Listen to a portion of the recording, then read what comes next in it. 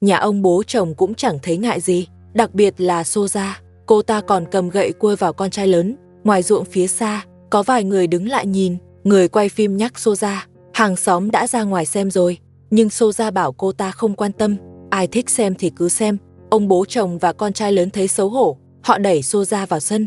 Có chuyện thì về nhà nói. Soja vào trong sân, con trai lớn nói với cô ta, hôm nay cô làm ầm thế này, không biết hàng xóm sẽ nói gì sau lưng đâu. Ông bố chồng cũng nói, hình tượng của ông trong mắt hàng xóm bị Soja làm hỏng hết rồi. Soja nói với ông bố chồng, chẳng ai dám cười ông đâu, ai mà dám cười ông thì cô ta sẽ qua nhà người đó quậy. Soja đúng kiểu không biết điều. Con trai lớn và Lashima nghe không nổi, họ kéo Soja ra ngoài, rồi nói thẳng, hàng xóm đang đứng ngoài nhìn nhà mình đó, nếu giỏi thì qua nhà họ mà làm ầm đi. Soja lập tức không dám nữa, cô ta bám vào lý do cặp song sinh đói rồi, nói phải đi pha sữa cho tụi nhỏ. Dù con trai lớn và Lashima kéo thế nào, Soja vẫn không dám ra ngoài. Cô ta còn đá con trai lớn liên tục, bắt anh buông tay ra. Con trai lớn cũng chỉ đứng chịu, bị mấy cái rồi vẫn nhịn. Lashima định lên tiếng thay con trai lớn, cũng bị Soja hất ra. Ông bố chồng hỏi Soja, rốt cuộc cô muốn gì? Soja nói, nếu con trai lớn không cho lợi ông bố chồng, thì đừng hòng dùng ga trong nhà.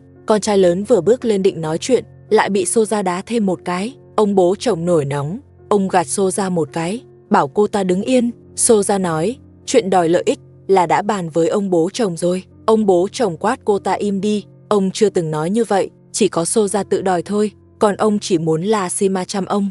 Lần này, ông bố chồng cũng không bảo vệ Soja nữa. Soja mất chỗ dựa, con trai lớn tát nhẹ cô ta một cái, rồi nói anh không rảnh đôi con nữa, anh phải đi viết giấy tờ, mai sẽ sang nhà hàng xóm ký.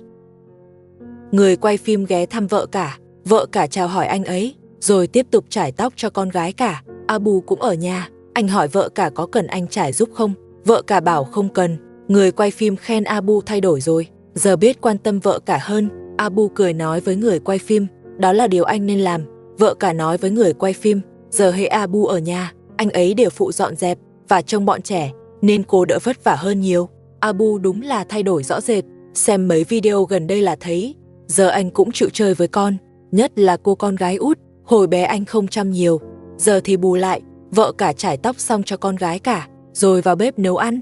Abu cũng vào phụ, anh bày đồ ăn ra trong lúc vợ cả nấu, rồi nói với hai đứa nhỏ, hôm nay mình ăn thêm một bữa đủ mặt, ăn xong là bố phải đi làm rồi, lần sau về, bố dẫn tụi con đi chơi.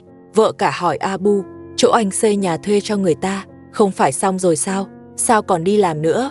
Abu nói, anh đã nghỉ ở nhà 2 ngày rồi, không thể ở nhà mãi được, ăn xong, anh sẽ sang mấy làng gần đây xem thử, tìm xem có việc nào hợp không, họ không thể ở nhà thuê mãi, cũng phải có nhà riêng, nên anh phải đi làm. Nấu xong rồi, Abu còn mời người quay phim ngồi ăn chung, nhưng người quay phim nói, anh ăn rồi, bảo Abu ăn nhanh đi, ăn xong thì đi tìm việc. Người quay phim nói, con trai lớn đang tìm đất xây nhà. Vợ cả nghe vậy liền hỏi thật không?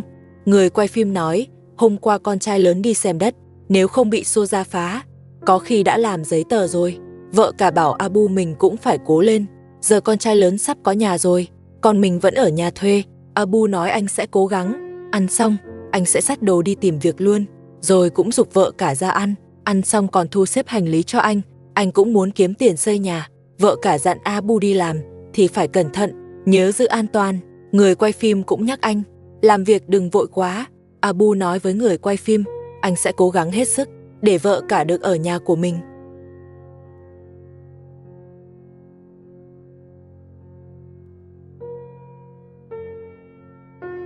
Abu chuẩn bị đi làm, vợ cả cũng hơi lưu luyến, cô nắm tay anh tiễn ra, con gái út cũng chạy tới đòi Abu bế thêm. Abu bế con gái út lên, nói lần sau về sẽ mua đồ ngon.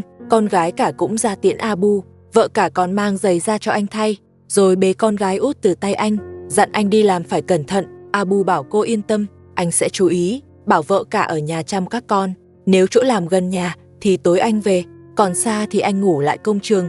Vợ cả bảo anh cứ yên tâm đi làm, giờ cũng không ai sang quậy nữa, nhà sẽ không có chuyện gì. Abu chào tạm biệt vợ cả, rồi hôn con gái út và con gái cả, xong xách hành lý đi. Vợ cả tiễn anh ra tận cửa. Người quay phim cũng chuẩn bị đi, vì anh ấy còn qua quay con trai lớn. Anh ấy đi cùng đường với Abu, nên hai người đi chung. Họ cùng rời đi, sang một ngôi làng bên cạnh. Đến nơi, Abu thấy có người đang xây nhà. Anh liền bước tới chào hỏi, rồi hỏi có cần người làm không. Một người thợ nói với Abu, anh ta chỉ là công nhân ở đây, nếu muốn xin việc thì phải hỏi chủ nhà, vì anh ta không quyết được. Abu hỏi chủ nhà ở đâu, người thợ nói chủ nhà vừa đi, chắc lát nữa quay lại, bảo Abu chờ một chút. Abu cảm ơn người thợ, rồi đi sang góc bên cạnh, đặt hành lý xuống, đứng chờ chủ nhà quay lại. Một lúc sau, chủ nhà về, Abu bước tới chào hỏi, rồi bắt chuyện với ông ấy. Abu nói, trước giờ anh vẫn đi phụ người ta xây nhà, trong nhà còn vợ con cần ăn uống, nên mong chủ nhà cho anh một công việc. Chủ nhà đồng ý, còn dặn Abu, làm việc phải cẩn thận. Abu nói, anh sẽ chú ý, rồi cởi áo khoác ra để bắt đầu làm. Chủ nhà dẫn Abu lên mái, rồi nói với mấy người thợ trên đó, ông tìm thêm được một người phụ, bảo họ sắp xếp việc cho Abu. Abu cũng chào các anh thợ, anh nói việc gì cũng làm được, nhờ họ phân việc cho anh. Người thợ giao cho Abu việc khuân vật liệu lên mái. Công việc này khá tốn sức, nhưng Abu muốn sớm kiếm tiền xây nhà, nên anh không từ chối. Người quay phim thấy Abu đã có việc thì cũng rời đi. Con trai lớn nói với Lasima, anh đã quyết định rồi, đất của hàng xóm rẻ lắm, mình sẽ mua mảnh đó, như vậy tiết kiệm được một nửa chi phí, tiền dư ra còn xây thêm, chỉ là hơi gần nhà ông bố chồng, sau này chắc khó tránh bị Soja làm phiền. Nếu Lasima đồng ý, anh sẽ đi tìm ông bố chồng ngay, nhờ ông đi cùng sang nhà hàng xóm, làm giấy tờ. Lasima nói, tấm séc là do con trai lớn xin được, cô không ý kiến gì, nhưng cô không thích ở gần ông bố chồng, càng không muốn dính dáng với Soja. Con trai lớn nói, anh đã tính rồi, mỗi ngày mình khóa cổng thật chặt, Soja sẽ không vào được.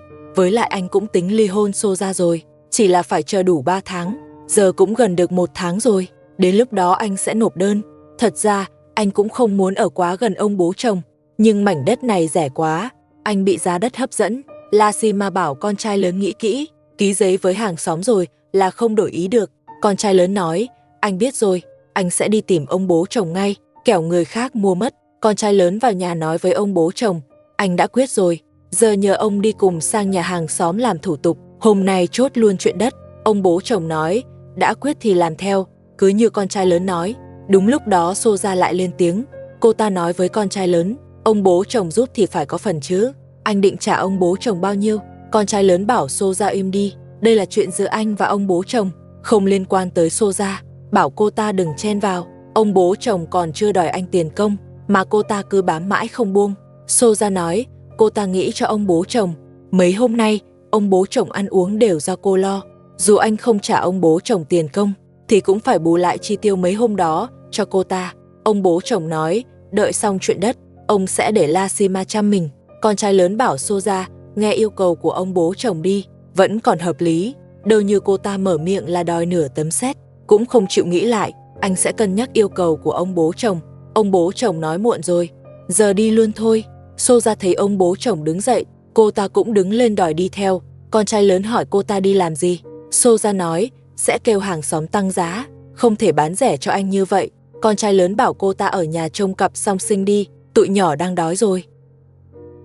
Con trai lớn phải sang nhà hàng xóm làm thủ tục, Soja lại ném dép về phía anh.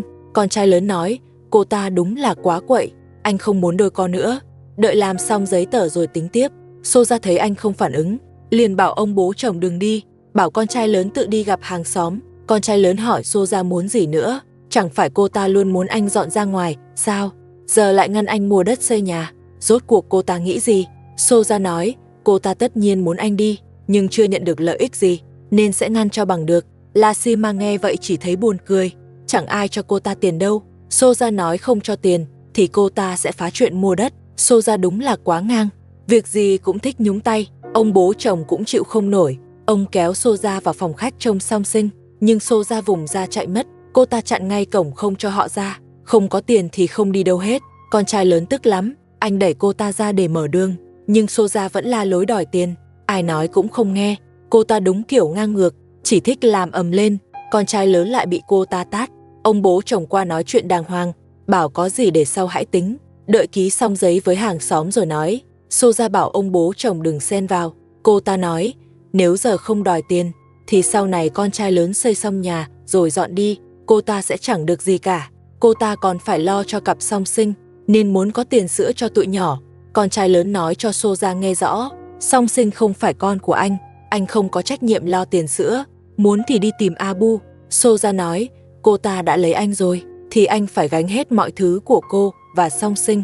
Nếu anh không chịu, cô ta sẽ đi báo cảnh sát, bảo họ tới xử anh. Con trai lớn nói tùy cô, anh vẫn không lo đâu. Soja lại lao vào gây chuyện, cô ta đòi con trai lớn phải đưa ngay một nửa tấm séc, nếu không đưa bây giờ thì đừng hòng đi ký giấy đất với hàng xóm. Con trai lớn biết nói lý với Soja không được, nên bảo ông bố chồng giữ cô ta lại. Ông bố chồng cũng không phản đối, con trai lớn nhờ Lasima lấy dây, rồi cùng cô giữ Soja lại. Ông bố chồng cũng bực lắm. Soja lúc này mới im bớt, vì đã bị giữ lại rồi. Ông bố chồng cũng không ngăn nữa, vì Soja làm quá đáng thật, cô ta khiến ai cũng chịu không nổi. Con trai lớn bảo cô ta ngồi yên đó, anh và ông bố chồng phải đi ký giấy đất, xong rồi về sẽ tính tiếp, để tránh Soja tự thoát ra. Con trai lớn buộc chắc hơn, giữ cả tay chân cô ta lại, cho khỏi gây chuyện, rồi anh gọi ông bố chồng đi luôn. Dù bị giữ lại, nhưng Soja vẫn còn la hét được, cô ta còn nói năng rất khó nghe với Lasima. Lasima nghe mà tức, cô cầm chổi nhắc nhở Soja im lại, bảo cô ta đừng quá đáng. Không may ông bố chồng vẫn chưa đi xa, ông quay lại ngăn Lasima, không cho cô làm khó Soja, rồi bảo Lasima đi cùng sang nhà hàng xóm. Lasima không đi, cô muốn ở lại canh Soja, sợ cô ta lại gây chuyện. Ông bố chồng đồng ý, nhưng còn cảnh cáo, nếu cô còn làm khó Soja, thì khi ông về sẽ không để yên.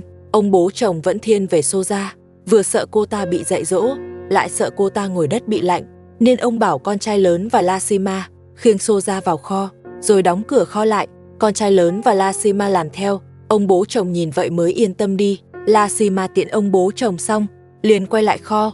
Soja thấy Lasima vào, liền la lên bắt cô cởi dây ra. Lasima không đồng ý, Soja lại tiếp tục nói năng khó nghe. Lasima đành nhắc cho cô ta im lại, bảo cô ta đừng quá trớn, nếu không có ông bố chồng dặn trước, thì cô đã không nhịn như vậy. Soja bảo Lasima nhớ lấy, đợi cô ta thoát ra được, sẽ trả thù y như vậy. Miệng Soja vẫn rất cứng, bị vậy rồi mà vẫn dọa dẫm. Lasima khó khăn lắm mới có cơ hội này, nên cô sẽ không để Soja muốn làm gì thì làm. Mâu thuẫn giữa họ càng lúc càng nặng. Lasima cảnh cáo Soja một lần nữa, rồi mang quần áo của bọn trẻ ra giặt, tiện thể đi ra ngoài luôn, và đóng cửa kho lại, để Soja ở trong đó bình tĩnh lại một chút.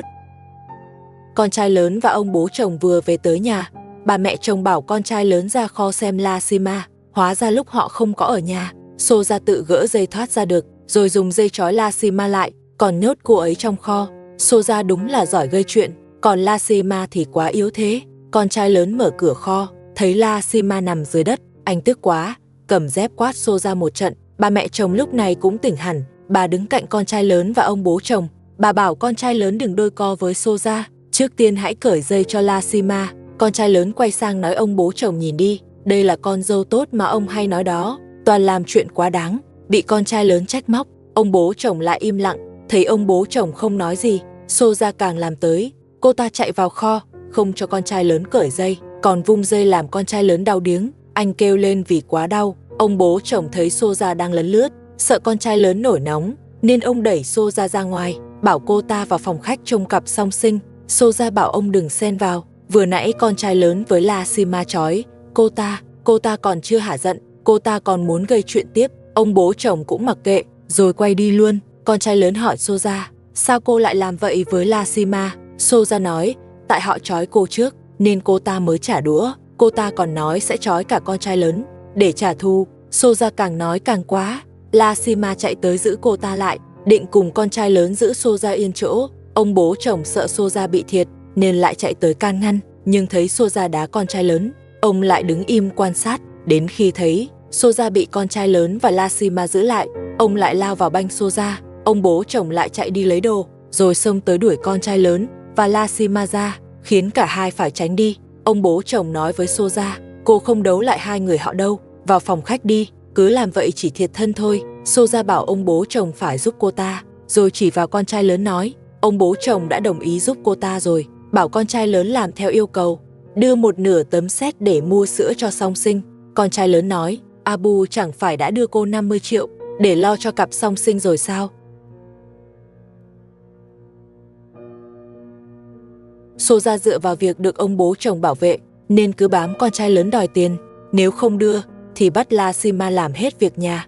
La Sima và con trai lớn không đồng ý, vì họ đã có đất rồi, sắp dọn đi luôn.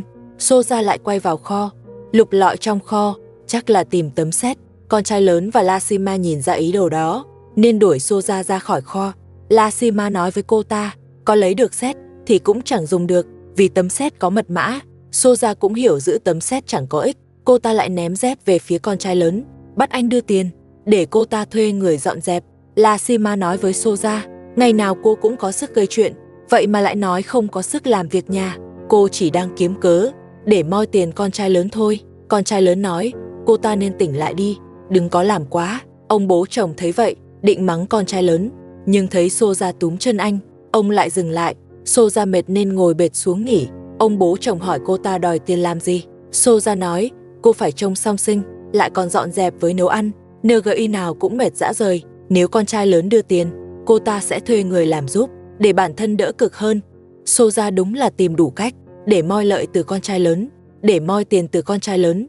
Sắp dọn đi, nếu giờ không lấy được gì từ con trai lớn, thì sau này sẽ không còn cơ hội. Con trai lớn cũng hiểu ý cô ta, nên nói thẳng, anh sẽ không đưa Soja đồng nào. Soja nghe ra anh không chịu nhượng bộ, liền lao tới giật áo con trai lớn, kéo mạnh đến mức áo bị rách. Cô ta còn la lên với con trai lớn, đó là cái giá vì không cho cô ta tiền. Con trai lớn nhặt mảnh áo rách ném lại cho cô ta, bảo cô ta đền áo mới. Soja còn xé nát hơn nữa, cô ta đúng là quá đáng. Ông bố chồng đứng đó nhìn, cũng chẳng ngăn gì, mặc cho Soja làm ầm lên.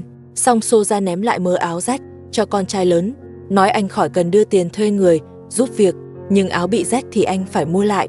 Hễ anh không cho tiền, thì ngày nào cô ta cũng xé tiếp. Ông bố chồng sợ con trai lớn nổi nóng, nên đuổi Soja vào phòng khách. La Sima nói, chưa từng gặp ai ngang ngược như Soja. Con trai lớn nói cô ta quá quậy, rồi anh qua nói với ông bố chồng, bảo ông đừng bảo vệ Soja nữa. Anh nói tiếp, hôm nay cô ta xẻ áo anh, mai chắc chắn còn làm tiếp, mong ông quản cô ta lại. Ông bố chồng nói, anh cứ đáp ứng yêu cầu của Soja là xong, ông quản sao được. Con trai lớn nói, mỗi lần anh ngăn cô ta lại, ông bố chồng đều lao ra che. Ông bố chồng nói, nếu ông không che, nhỡ La Sima làm cô ta bị thương thì sao? Con trai lớn nói với ông bố chồng, anh sẽ xây nhà thật nhanh, rồi dọn khỏi đây luôn. La Sima nhờ bà mẹ chồng ra phòng khách xem, coi Soja có lại gây chuyện gì không. Bà mẹ chồng ra phòng khách, con trai lớn và La Sima quay lại kho. Con trai lớn nói với La Sima, cố nhẫn nhịn thêm một thời gian nữa, anh đã làm xong giấy tờ với hàng xóm rồi, mai chỉ cần đưa tiền là xong, hàng xóm sẽ giao giấy lại cho anh, ngày mai họ sẽ có đất của mình, anh sẽ xây nhà sớm nhất có thể. La Sima nói với con trai lớn, hay mình rào sân trước, rồi lắp cổng vào, là mình có thể dọn sang đó ở, vì giờ họ đang phải ở tạm trong kho. Soja cứ lợi dụng lúc họ đi vắng, để mò vào kho, nhẫn cưới của họ vẫn để trong kho. La Sima sợ bị Soja lấy mất. La Sima nói vậy, rồi lấy nhẫn ra cho con trai lớn xem. Con trai lớn nhìn chiếc nhẫn, rồi bảo La Sima, phải xây xong nhà, thì mới dọn sang đó ở được, giờ vẫn phải ở tạm chỗ này. Nếu La Sima lo nhẫn bị lấy mất, thì cứ đeo nhẫn vào tay, sẽ an toàn hơn. La Sima nói, đeo vào tay còn nguy hiểm hơn, nếu Soja nhìn thấy, có khi lại giật mất.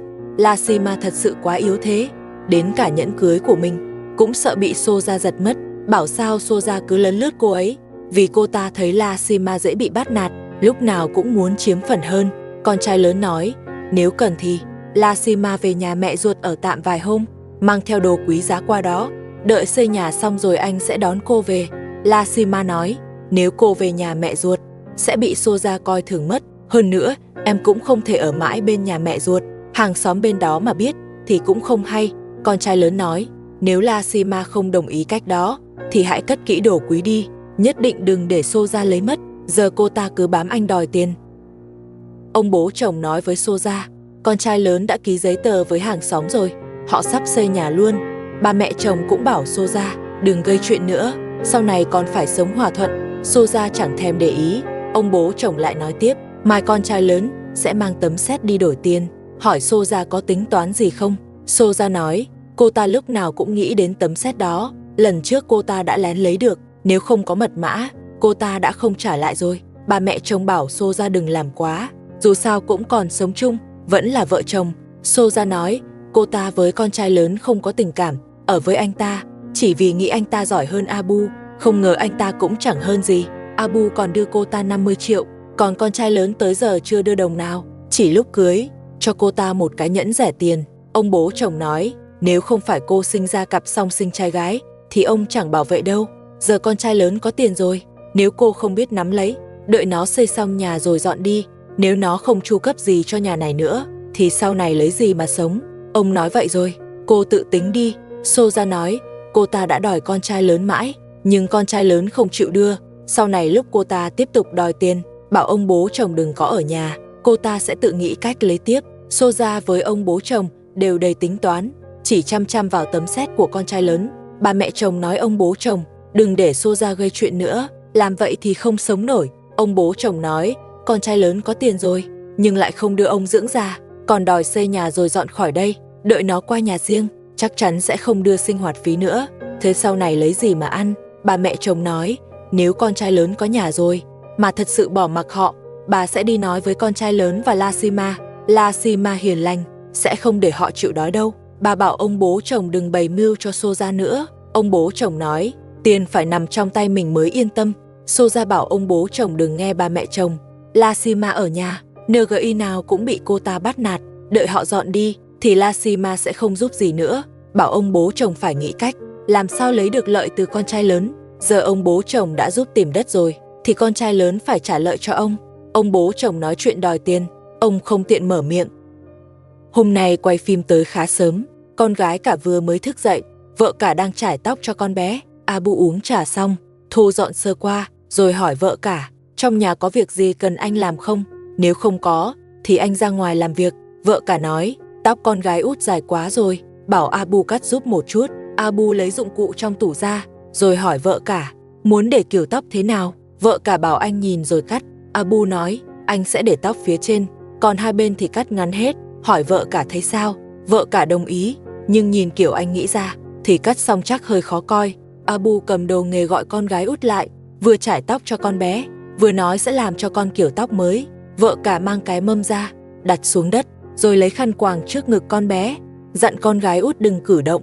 Chuẩn bị xong, vợ cả giữ con gái út lại, để Abu bắt đầu cắt tóc. Chẳng mấy chốc tóc con bé được cắt xong, nhưng nhìn vào thì đúng là hơi khó coi. Abu cũng chỉ làm được tới vậy thôi, vì anh đâu phải thợ chuyên. Cắt xong rồi, vợ cả thay đồ cho con gái út, rồi gọi Abu đi gội đầu cho con. Con gái út còn không muốn gội, Abu dỗ dành, nói nếu ngoan thì sẽ mua đồ ăn vặt. Con bé mới chịu đi. Abu lo xong cho con gái út, bên ngoài vang lên tiếng thu mua đồ cũ. Abu chạy ra gọi người bán, nói nhà mình có đồ cũ đổi đồ, rồi mang đồ ra sân, lấy đống đồ đã gom ra. Vợ cả cũng mang thêm vài món ra, rồi đưa cho người bán. Người bán bắt đầu cân. Bình thường họ đổi đồ cũ lấy bột giặt, cân xong, người bán bỏ đồ lên xe. Vợ cả tranh thủ lúc đó, bước lên cân điện tử đo cân nặng. Vợ cả bất ngờ nặng tới 75 kg. Người bán bấm máy tính, tính ra số đồ cũ họ đưa. Một lúc sau mới nói, đổi được 3 gói bột giặt. Vợ cả muốn 4 gói, nhưng người bán không đồng ý, nói chỉ đổi được 3 gói thôi. Nếu muốn 4 gói, thì phải mang thêm đồ ra đổi. Vợ cả đành lấy 3 gói bột giặt. Đúng lúc đó, chủ nhà tới thăm vợ cả. Ông ấy xách theo một túi quần áo to.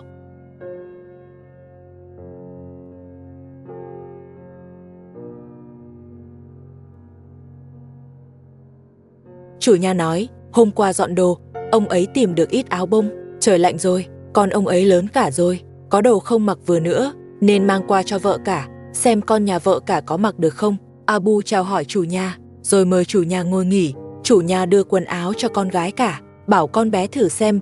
Chủ nhà đúng là tốt bụng thật. Chủ nhà hỏi Abu ở đây có quen không. Abu nói, sống ở đây rất thoải mái, cảm ơn chủ nhà đã cho thuê, để anh và các con không phải lang thang. Chủ nhà nói, ông ấy cũng phải cảm ơn họ, nếu họ không thuê nhà, thu nhập của ông ấy cũng giảm đi. Abu mời chủ nhà ngồi, còn bảo vợ cả đi pha trà, nhưng chủ nhà nói không cần, ông ấy chỉ mang đồ qua cho bọn trẻ, không có việc gì khác, rồi bảo vợ cả lấy đồ ra, để các con thử luôn. Vợ cả mở túi lấy quần áo ra, trong đó không chỉ có áo, mà còn có cả đồ chơi. Vợ cả lấy một chiếc áo Zilla cho con gái út mặc, nhưng hơi rộng, chắc con gái cả mặc hợp hơn. Con gái út mặc áo, rồi chạy tới khoe với Abu. Abu chỉ con bé nói với chủ nhà, quần áo ông mang tới vừa lắm. Chủ nhà nói nếu hợp thì cứ giữ lại hết, sau này có đồ nữa ông sẽ mang sang.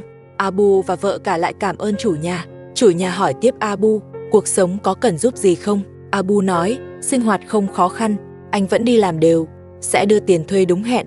Chủ nhà nói, lần này ông không tới đòi tiền thuê, nếu Abu không có khó khăn gì, thì ông đi đây. Abu nói, thật ra anh có một chuyện, muốn nhờ chủ nhà giúp. Chủ nhà hỏi chuyện gì? Abu dẫn chủ nhà ra sân, rồi nói, cây sung trong sân mọc tùm quá, có một cành hơi vướng, anh muốn tỉa bớt, mong chủ nhà đồng ý. Chủ nhà nói, muốn tỉa thì cứ tỉa thoải mái, nếu Abu không có thời gian, ông ấy có thể làm giúp luôn. Rồi chủ nhà nhờ vợ cả lấy dụng cụ, ông bắt đầu tỉa cây sung. Chủ nhà như vậy đúng là quá tốt bụng rồi.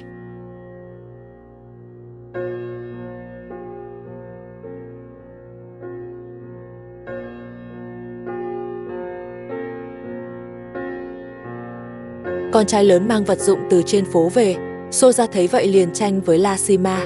Nhờ con trai lớn che chắn, nên Lashima lấy được hết số đồ đó. Soja không lấy được gì, lại quay sang cãi con trai lớn.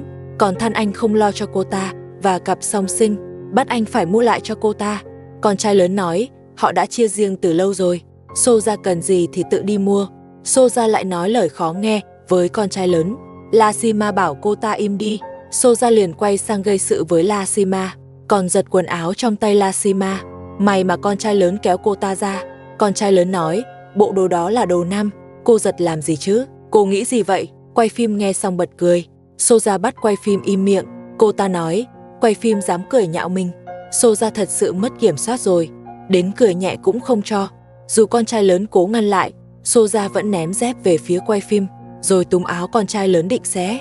Giống như hôm qua làm rách nát áo anh, con trai lớn vội né ra, nhưng vẫn bị cô ta đá một cái.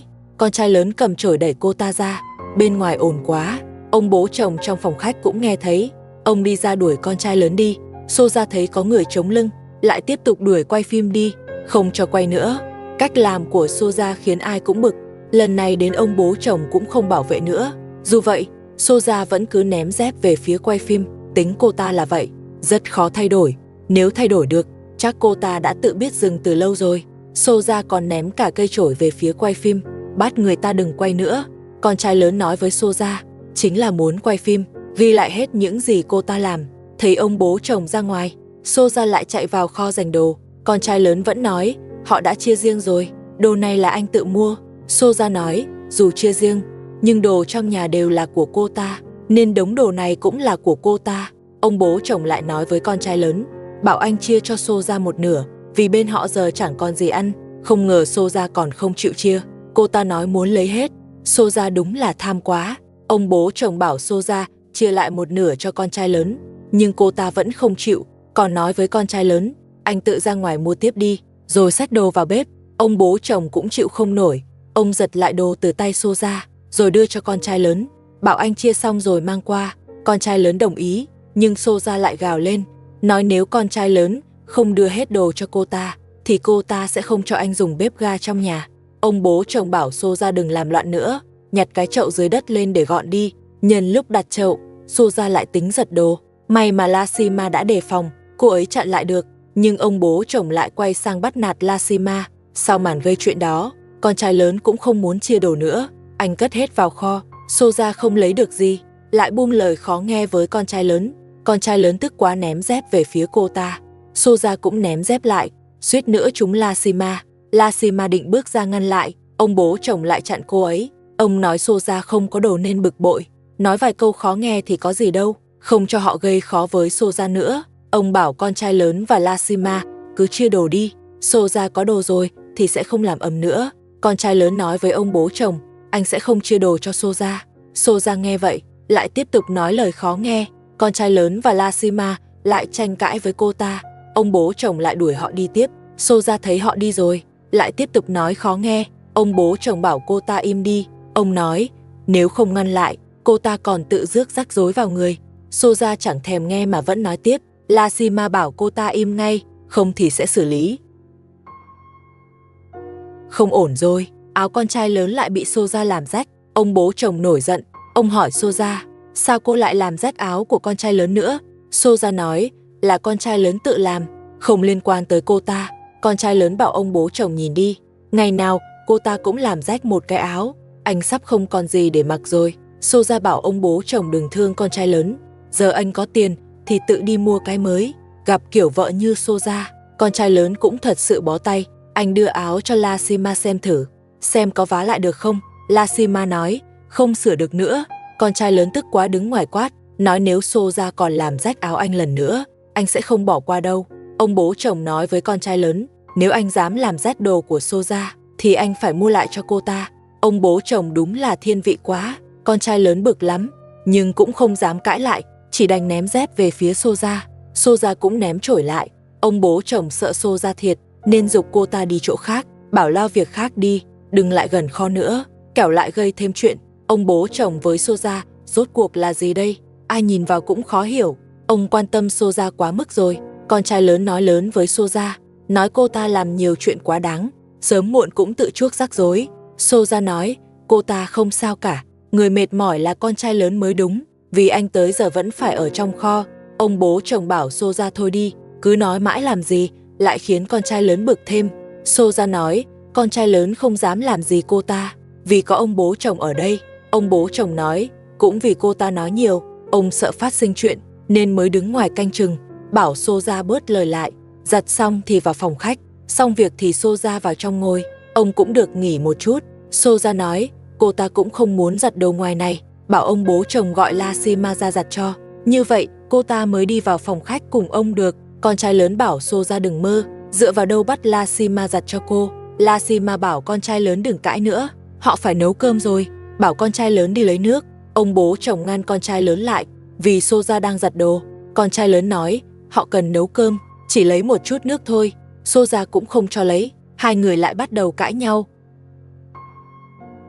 Ông lại thấy con trai lớn không vừa mắt, rồi trách anh, sao cứ ra lấy nước lúc Soja đang giặt đồ, làm cô ta bị vướng tay, bảo con trai lớn đi chỗ khác ngay. Con trai lớn nói, Lashima sắp nấu cơm rồi, không cho lấy nước thì nấu kiểu gì được. Lashima bước ra, giục con trai lớn lấy nước nhanh lên, bọn trẻ đói rồi. Ông bố chồng thấy Lashima tới thì định đi vào, nhưng Soja lại gọi ông lại, hỏi sao ông không giúp cô ta, họ ra lấy nước, làm cô ta giặt đồ không tiện. Ông bố chồng nghe vậy lại hăng lên, ông đẩy con trai lớn và Lashima ra chỗ khác, bảo đợi Soja giặt xong rồi mới được lấy nước nấu cơm. Soja thấy họ bị đuổi đi, liền buông lời mỉa mai, nói chỉ cần con trai lớn cầu xin, cô ta sẽ cho lấy nước nấu cơm. Con trai lớn bực không chịu nổi, đi tới bảo Soja im đi, rồi hai bên lại cãi lớn. Lashima cũng tức, cô cầm chổi ra ngăn Soja lại. Soja thấy bị lép vế thì gọi ông bố chồng. Ông bố chồng lập tức chạy ra, lại bảo vệ Soja. Chuyện gì của Soja ông cũng tin, bảo vệ tới mức khó hiểu, cứ như chỉ cần cô ta lên tiếng là ông chạy theo. Con trai lớn nói với ông bố chồng, ông cứ nghe theo Soja mãi đi, sớm muộn ông cũng hối hận thôi. Con trai lớn nói đúng. Ông bố chồng như quên hết chuyện trước đó, từng bị Soja làm cho rối ren thế nào. Bếp ga mở sẵn rồi, nhưng không có nước thì cũng không nấu được. Lashima cầm chiếc áo bị Soja làm rách, nói áo này không thể vá lại được. Con trai lớn lấy áo từ tay Lashima, nói không sửa được thì bỏ, rồi cầm áo đi tới chỗ Soja, ném lại cho cô ta. Con trai lớn bảo Soja nhớ cho kỹ, lần này anh bỏ qua, nhưng nếu còn làm quá nữa, anh sẽ không nhịn mãi. Ông bố chồng lại nhặt áo đưa cho con trai lớn, bảo vá lại vẫn mặc được. Con trai lớn nói không thể vá được nữa, rồi anh lại ném trả cho Soja, coi như một lời nhắc nhở. Soja ở nhà làm loạn như vậy, cũng vì ông bố chồng dung túng, không biết chuyện đất của con trai lớn đến đâu rồi. Sao anh ấy chưa đi gặp hàng xóm để trả tiền và lấy giấy tờ nữa?